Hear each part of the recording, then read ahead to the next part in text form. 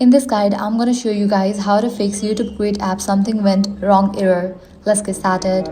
First thing you want to do is check your internet connection. Make sure you have stable internet connection. You can switch between network, Wi-Fi and cellular data. Also give a first restart to your router.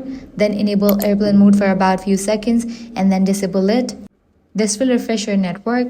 Next thing you want to do is check for app update. So launch your App Store or Play Store, search for YouTube Create. If you see the option of update, click on it. Likewise, check for your device software update as well. For that, close this. Launch settings, go to general. Click on software update. If any updates are available, just update it. Next up, head back. Now click on the option of iPhone storage. Make sure you have enough storage in your device. If not, you can delete or offload the unused apps. Now from the list of apps, find YouTube Create and launch it. Click on offload app and confirm it.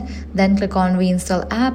If none of these methods work, the issue may be related to your account or a temporary problem with the app itself. In that case, you can completely delete this app from your device and reinstall it.